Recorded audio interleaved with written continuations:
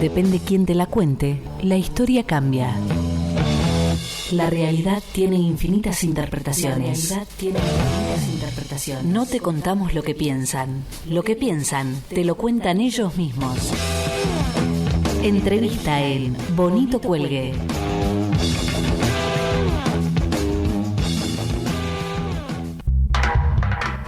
Segundo bloque de Bonito Cuelgue, las 3 de la tarde, y tenemos el gusto de hablar con Carla Carrizo, es politóloga, profesora de la UBA y del Salvador, y también diputada nacional de Suma, el espacio de UNEN. Carla, Adrián Pertoldi te saluda de Bonito Cuelgue, ¿cómo estás?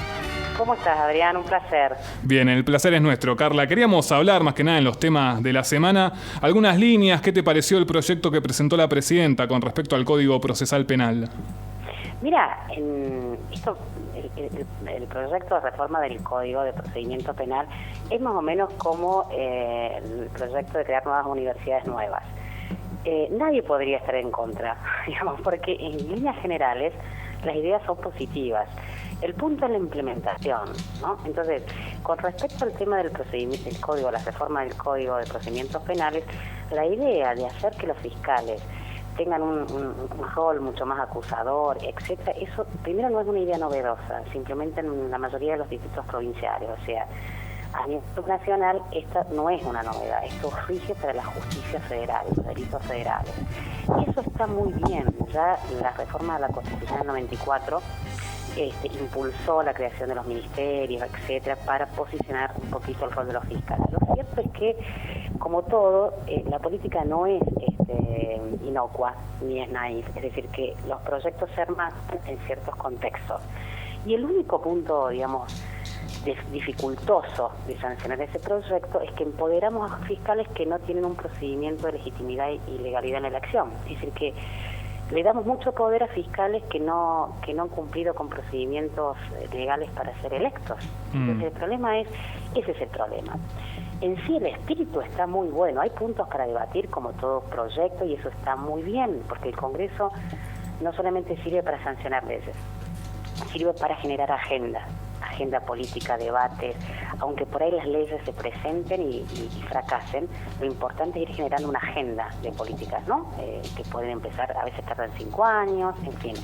El punto que hace ruido es el tema del contexto político, porque le vamos a dar mucho poder a fiscales cuyo origen, cuya designación es fraudulenta. Ese es el problema, digamos, ¿no? Entonces, primero regularicemos la designación de los fiscales del Ministerio Público y después le demos todo el poder que necesitan para quitarle de alguna manera la arbitrariedad al juez. Porque eso es lo que está en discusión. Carla, te hago sí. Algunas cuestiones muy puntuales, que el tema, que tiene como muchos efectos colaterales, el tema de los extranjeros, que si no, que no. Pero el núcleo de la reforma es quitarle poder un poquito al juez, a la arbitrariedad y darle mucho poder a los fiscales. Y eso está muy bien en líneas generales. Esa sería un poco la devolución, digamos, sí, ¿no? Carla, te hago una consulta más que nada en la que fue la noticia ayer, unas palabras muy duras de Daniel Sapsay, un reconocido constitucionalista. Quiero también tu opinión. ¿Qué te pareció? Si las escuchaste en el coloquio de idea y, sí. Bueno, ¿qué te parecieron esas opiniones? No me gustan. Mira, nosotros estamos dentro de UNEN, en el espacio Mamás, que lidera Martín Lustó, y nuestra idea es competir, no es descalificar ni agredir. Competir es otra cosa. Competir es ofrecerle a la ciudadanía la posibilidad de que la ciudadanía elija, por eso fuimos los que más defendimos la aplicación de las tasas en la ciudad, elija los mejores liderazgos, los mejores equipos para gestionar.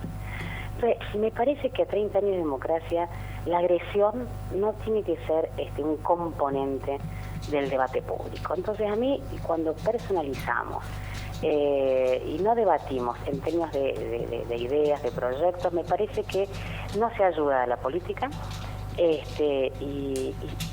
se confunde. Entonces, me parece que no era necesario hablar de cuestiones personales de la presidenta, si tenía o no título y ese tipo de cosas, o sobre la calidad o no de su aprendizaje en derecho, digamos. Me parece que eso no ayuda a lo que los ciudadanos a 30 años de democracia creemos que debe ser el ejercicio de debates, de derechos y sobre todo la competencia. Competir no es descalificar ni agredir, es tener mejores argumentos, ser más incisivos. Así que te diría que un poco lo de Daniel es muy típico de la clase dirigente, ¿viste? Nosotros nos reímos porque decimos siempre con Martín, el país real no es ni Tiempo Argentino, ni Clarín, ni Nación. El país real es la expectativa de los ciudadanos a 30 años de democracia, que ya son socializados en democracia. Esperan otra estética, otro discurso, menos épica, más sensatez. Así que no me gustaron. Buenas tardes, soy María Laura Novo y me gustaría hacerte una consulta con lo que mencionaste al principio. Hablaste de fiscales que no fueron elegidos legítimamente. Exactamente. La posibilidad de elegir fiscales, tal como ocurre en Estados Unidos, ¿no generaría un derecho penal inflacionario? O sea, el riesgo de que se armen causas para ser elegidos, ser votados y tener una figura impoluta delante de la sociedad. Mira, el tema es, lo primero que hay que resolver, porque también el Poder Judicial es un actor que tenemos que empezar a debatir, digamos, ¿no? Y este es un punto, una dimensión de lo que es el servicio de la prestación de justicia y los actores que intervienen. Entonces, primera cuestión, acá hay como dos grandes enfoques. Hay gente que tiene mucho miedo en esta cosa de empoderamiento a fiscales, de incluir actores más civiles, digamos, o por ejemplo el tema del juicio por jurados, en los procesos judiciales. Yo creo que todo lo que permita quitar arbitrariedades o el monopolio del poder a un actor en el proceso está bien. Por eso soy una gran defensora del presidencialismo, ¿no? Porque divide tres poderes y los obliga a cooperar. Quiere decir, el monopolio del poder en el Ejecutivo, en el Parlamento, el Judicial está mal. Y lo mismo pasa en los actores que proveen justicia. Pero sí hay una cosa que tenemos que tener en claro. El tema de la prolijidad en la designación es muy importante eso, porque si no, ahí está un poco con el tema de las universidades nacionales. ¿Quién podría estar en contra? Estamos todos a favor de eso. El punto es que inclusión, por ejemplo, cuando vos abrís universidades para que se incluyan, no es sinónimo de democratizar, porque los alumnos de CESA tienen que tener el mismo derecho a la misma calidad educativa que, por ejemplo, los alumnos de la Universidad de Buenos Aires. Y digo los informes del Consejo, ¿no?, Interuniversitario Nacional. El 25% de los profesores los profesores de CESA, de la Universidad Provincial, no tenían título universitario. Entonces, ¿por qué esos alumnos van a tener menos calidad? Entonces, si no estamos en condiciones de ofrecer las cosas bien, entonces los remedios finalmente son peores que la enfermedad. Entonces, ese riesgo que vos decís, claro, es potencial, digamos, pero es potencial no solamente en el caso de los fiscales, sino en el tema de que yo creo que este es el desafío de la Argentina hoy. Y por eso te menciono el tema de la universidad. Hemos hecho un gran logro colectivo. Yo realmente reivindico estos 30 años con sus luces y sus sombras, porque 30 años de gobierno civil no lo habíamos logrado en 161 años de historia, así que realmente eso está bien. Ahora tenemos que empezar a pensar no tanto en un estatismo, sino en la estatalidad. El Estado nos sirve, el Estado de justicia, el Estado de educación. ¿Cómo lo hacemos eficiente para que la ciudadanía tenga más bienes públicos y no es una carrera de obstáculos vivir en la Argentina? Carla. Entonces, muy bien lo que decís, me encantó tu observación, pero diríamos, no solo lo veamos los fiscales, digamos, ¿no?, sino que el tema de los procedimientos, la legalidad, parece aburrido, pero importa, es clave por el impacto, digamos, ¿no? Sino a veces cosas buenas nos llevan a resultados malos. Carla, acerca de... Buenas tardes, mejor dicho. Primero, Iván Nordi te saluda. ¿Qué tal, Iván? Hablando de la reforma que se propone para el código, ¿qué es lo mejor y qué es lo peor que le encontraste al proyecto, teniendo en cuenta que, como vos muy bien dijiste y coincidimos desde acá, creo que todos en la mesa, es necesaria esta reforma? Mira, lo mejor para mí es que le quita un poco el poder al juez en Argentina, ¿viste? Y yo creo que el juez, siempre se habla, digamos, de la independencia del juez, que el juez no esté partidizado, y eso está bien, pero también tenemos que pensar que la independencia del juez significa independencia de sus propios prejuicios y valores. Entonces, que a veces nos olvidamos, ¿no? Entonces, a mí el esquema del sistema acusatorio, el fiscal no es solamente alguien que busca datos y el juez decide, sino que el fiscal tiene una impronta interesante, está bien, me gusta. Digamos, eso es una de las cosas que más me gusta. Otra cosa que me gusta y que no está tan instalada, pero que me parece que es fantástico, y ahora han descubierto que eso está y están empezándose a preocupar, es que el tema desarticula la idea de que las causas cerradas son siempre absolutas. Vieron que cuando causa cerrada, ya está, cosa juzgada, no se reabre nunca una causa. Bueno, hay un artículo en este proyecto, que dice que no es absoluto eso, y que cuando ha habido un mal desempeño del juez, por ejemplo, o que el juez se violaron procedimientos, se pueden reabrir las causas. Y eso me parece otro punto fuerte. Ahora se han dado cuenta y quieren empezar a borrar ese artículo. Pero bueno, en el marco de... Todos sabemos que muchas veces los jueces tienen arbitrariedades, ¿no? Y se cerró la causa, se cerró, punto, cosa juzgada. Pero la injusticia sigue. Entonces, en este caso, se podrían reabrir algunas causas que son cosas juzgadas siempre y cuando se pueda verificar, o los fiscales, por ejemplo, que hubo arbitrariedades o irregularidades en los procedimientos. Como en el caso de la AMIA, ¿no? Caso de la AMIA, se podría reabrir la causa. Por ejemplo, el caso de Ollarvide con el tema de, ¿se acuerdan del tema de las declaraciones juradas de los Kirchner, que ahí hubo un fallo, digamos, un perito de la corte que decía que no, bueno. Carla, ¿pero qué pasaría entonces con el levis in idem? Procedimentales uno podría habilitar, y eso está bien, por ejemplo, ¿no? Son dos cosas que a mí me parece que tienden a ser menos injusta la provisión de justicia. Bien. Me gusta. Carla, estamos hablando con Carla Carrizo, diputada nacional de Suma dentro del espacio de UNEN. Te paso un poquito la cuestión política, Carla. A mí te genera una situación más que nada personal, ¿no? Uno analiza UNEN. En la semana ciertas rispideces entre Nito Artazi y Carrió, que dijo, bueno, no tendríamos que haber sumado. Después está la foto de Morales con Massa, Sanz por otro lado. ¿Cómo se articula, faltando menos de un año, digamos, y generar una opinión a la ciudadanía de fortaleza dentro del espacio UNEN cuando tantas patas y tan heterogéneas no constituyen, al menos por ahora, algo concreto, algo que le dé certeza al ciudadano? No sé si compartís esta postura, pero ¿cómo lo vivís dentro del espacio UNEN esto? Mira, comparto la percepción de la ciudadanía, porque a veces la dirigencia política le hacemos muy difícil la información a los ciudadanos. Y entonces yo creo que esa perplejidad, digamos, bueno, pero ¿con quiénes están, quiénes son? ¿No? Eso genera un poco de ansiedad y sobre todo confusión. Lo primero que hay que decir es que los países federales, que son muy pocos las democracias federales del mundo, Estados Unidos, Brasil, Argentina, y los presidencialismos federales son difíciles de gobernar y los partidos son muy laxos. O sea que ahora, porque se está armando como una impronta opositora con cierta potencial de competir con eficacia, ¿no? Con lo que sería el ciclo kirchnerista o el peronismo kirchnerista, etcétera. Y entonces vemos como que cada actor genera, bueno, está o no está. Pero lo cierto es que los dos partidos de gobierno, te refiero al peronismo tradicional y al radicalismo antes que perdiera su nacionalización, fueron partidos muy eclécticos, ¿no? Si uno empieza a ver la lupa, ¿no? en el kirchnerismo y las coaliciones provinciales, son muy heterogéneos, porque las provincias son autónomas, no solo para implementar políticas, también para hacer su vida electoral. Entonces las coaliciones territoriales de los partidos nacionales siempre fueron muy heterogéneas.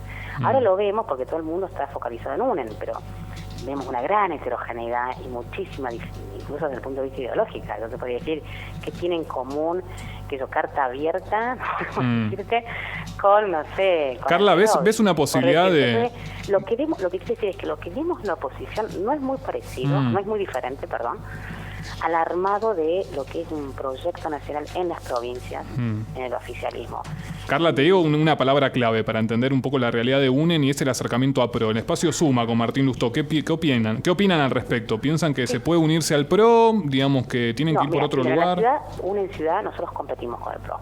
Sí. Nosotros estamos dispuestos a competir con el PRO y, digamos, por supuesto que no podemos decir no, sí, no, porque UNEN es de la gente, no es de los dirigentes. Y la diferencia es en las políticas públicas. Nosotros competimos con el PRO y tenemos grandes diferencias.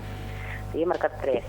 Defendemos la salud pública, la educación pública de excelencia, una ética en la gestión, o sea, ¿qué es esto de obras que son públicas, pintarlas de amarillo? O sea, estamos en contra del patrimonialismo público. Hay Carla, cosas que también, pero no son de Macri, son de la gente, por decirte 3 puntos. Entonces, nosotros acá competimos con el PRO. Ahora, independientemente de cómo se arregla a nivel nacional, si entra la gente del PRO o no, porque además es algo que recién empieza. La verdadera carrera presidencial va a estar tomando forma en marzo y abril. Ahora, si vos me decís si yo estoy de acuerdo o no con las alianzas de UNEN a nivel provincial, tanto con Massa como con el PRO, te digo sí, estoy de acuerdo. Creo que hay que ser pragmático en la construcción de una alternativa nacional, Y que ser pragmáticos, no me preocupa eso. ser pragmáticos, ¿te significa una cuestión de que pueda perdurar esto? Porque a mí me da la sensación que estas alianzas, viste, aguantan hasta octubre, después cuando hay que estar en la cuestión del Ejecutivo, viste, se estallan en 1000 pedazos. No sé, porque quizás los recuerdos de lo que fue la alianza, uno tiene te queda esa sensación. Porque es clave lo que acabas de decir, porque en realidad, cuando hablamos, viste, de orientaciones ideológicas, eso se ve en las políticas públicas, más que en los armados coalicionales, sobre todo en los armados coalicionales provinciales. Fíjate, el Frente para la Victoria hoy es un conglomerado de 18 partidos provinciales, pero tiene como una línea coherente en términos de políticas públicas. Nos guste o no nos guste, ese es así. Entonces no es que tenés que tener homogeneidad coalicional territorial en las provincias para poder tener política pública nacional. Son como juegos, y eso se da en todos los países federales. Pero yo entiendo tu cuestión, tu preocupación. Mira, a mí lo único que parece novedoso e interesante, que el juego se está poniendo un poco mejor de lo que todo el mundo creía. ¿En qué sentido? Siempre el peronismo fue una especie de un partido que ocupaba todo el espacio político, ¿no? Y entonces el peronismo podía entrar y salir en las internas del resto de los partidos, ¿no? Y el radicalismo padecía eso de que se mete el peronismo, no sé. Bueno, ahora es como que unen, cotizó en el mercado, y Macri y Massa quieren pactar a nivel provincial con el otro partido que perdió mucha nacionalización, pero tiene mucho más que el resto. Y eso demuestra dos cosas: que Macri y Massa no están solos a nivel nacional. Así que los primeros que se anotan no son necesariamente los últimos que llegan. Y Carla, segundo, que de alguna manera el radicalismo está recuperando ese potencial de coalición para poder reconfigurar un sistema más competitivo en la presidencia, donde el partido de gobierno nos saque, 50 y el partido de la oposición saque 20. Entonces yo creo que la primera estación, 2015, que es esta competencia que hoy recién empieza, y que me parece que los diarios, con fagocitar Massa y Macri, digamos, nos parece que nos dan la película, la foto final, pero es solamente el primer juego, o sea que falta mucho, y en Argentina 6 meses es una eternidad. A mí me gusta el momento, ¿no? Que se está generando, digamos, así que yo soy bastante confiada, creo que los liderazgos de la oposición también han aprendido. Menciono claramente el caso de Carrió, digamos, que parece un poquito intensa y como que desestabiliza un poco, pero todos han aprendido a que se juega colectivamente, incluido obviamente también Macri y demás, o no hay competencia presidencial sensata en la Argentina. Carla, me parece un aprendizaje. Carla, te hago una consulta más que nada, no, porque digamos la semana pasada es un tema puntual. Vos sos diputada nacional de la ciudad y me quedé la semana pasada estuvo en estos micrófonos de Bonito Cuelgue Diego Kravetz, que es el armador de lo que tiene que ver el Frente Renovador en la ciudad, y me dijo una cuestión que quería consultarte y también saber la opinión del bloque con respecto a que el Frente Renovador lo que quiere hacer es militarizar las villas para sacar a los narcos de la ciudad. El tema de las villas, de la urbanización, es un tema muy álgido en la estructura de la ciudad. ¿Militarizar a vos te parece una opción? En el caso, no. Él citaba el caso del ejemplo brasileño con Lula. Digamos, él se refería a esos temas y quería saber, dentro de lo que es una fuerza nueva como es el Frente Renovador, tu opinión al respecto a esto. No, eso me parece un disparate, porque aquí el problema no son solo las villas, digamos, como si las drogas estuvieran en la villa. Es una cuestión de visibilidad, no de intensidad ni de magnitud de problemas.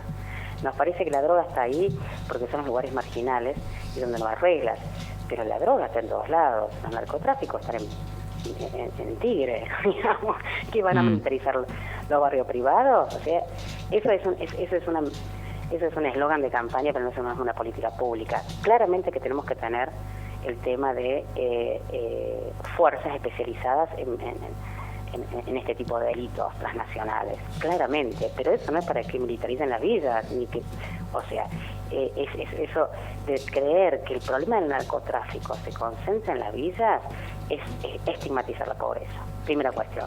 Nosotros estamos en ese punto, tenemos una visión distinta y siempre decimos, lo que no nos gusta del PRO ni de la dirigencia política, digamos, que gobierna en Argentina, es el libre albedrío del juego. Mira, con lo que se recauda del juego, por un año podríamos haber urbanizado todas las villas de la ciudad de Buenos Aires. No se le cobra impuesto al juego a la Argentina. Y eso también es un hecho delictivo. En ningún país del mundo ocurre esto. En ningún país del mundo. En Argentina sí. Mira, te digo, anualmente el juego recauda más anualmente que YPF en Argentina. Poco es muchísimo. Entonces, Me parece que esos eslogans no ayudan nada. Tenemos que empezar a pensar políticas públicas sensatas, penalizar dineros que hoy nos recaudamos y tener un proyecto de inclusión urbana. ¿Sabes lo que le falta a las villas? El Estado, pero no el Estado militarizado, el Estado cívico. Eso es, sí. ¿no? Entonces, y vamos a urbanizar las villas y que rigen las villas lo mismo que rige la urbanización fuera de las villas. Eso es integrarlas. Carla, No te hago la última consulta y agradeciéndote el contacto. En la semana surgió más que nada una postura crítica con respecto al PRO en la ciudad. A mí me parece una noticia muy mala que se cerró el programa de atención a víctimas de delitos sexuales. Macri cerró ese proyecto, ese programa que había cuidado más de 3.000 mujeres que habían sido víctimas de delitos sexuales. Quería saber si estabas enterada y qué se puede hacer del Congreso. Y estamos tratando de hacer una movida porque no se le puede pedir al PRO de alguna manera que defienda lo que no cree que es prioritario. Y ahí por eso te decía que nosotros tenemos 3 grandes diferencias claves con el PRO. Primero, toda la política de género. Primero, porque la violencia de género se naturaliza, ¿no? ¿Qué es naturalizarse? Naturalizarse es que vos crees que la podés combatir, pero en el fondo la has socializado y hasta la podés defender a la violencia. Y esto a veces pasa con una mirada conservadora de la política. No entender esto, que es un gran logro. O sea, los 3 puntos débiles del PRO es desarrollo social, que tiene que ver con las víctimas de violencia, sobre todo los sectores más vulnerables, la educación pública. El Estado de la Ciudad de Buenos Aires no lidera la educación primaria en el principal distrito del país. El 57% de la oferta es privada. Está bien, está pésimo. ¿Sabes la cantidad de porteños que usan los hospitales de la ciudad? El 18%. Y eso quiere decir, la pregunta es, ¿por qué no lo usamos más? No lo usamos más porque tenemos problemas de turno, porque no hay buen servicio. Entonces, para nosotros, salud pública de excelencia, educación pública de excelencia, urbanización de calidad e integración, porque tenemos guetos en la ciudad, no estamos integrados, son nuestras prioridades. Y claramente, todo lo que es la beta de desarrollo social. Mira, aumentó el presupuesto en la ciudad, estamos casi en 70.000 millones, y bajó el presupuesto en desarrollo social. Y la única política del PRO en desarrollo social es la transferencia de ingresos con planes de contención del conflicto social de 600 pesos. No es Bien. lo que nosotros creemos. Entonces, Carla. Claramente estamos en contra y vamos a politizar ese cierre, pero la idea es generar políticas mucho más inclusivas con respecto a la violencia de género. Carla, muchísimas gracias por el tiempo. Estamos hablando con Carla Carrizo. Muchísimas gracias por estar en Bonito Cuelgue. Un placer enorme y que disfruten del sábado que queda. Dale, muchísimas gracias. Estábamos hablando con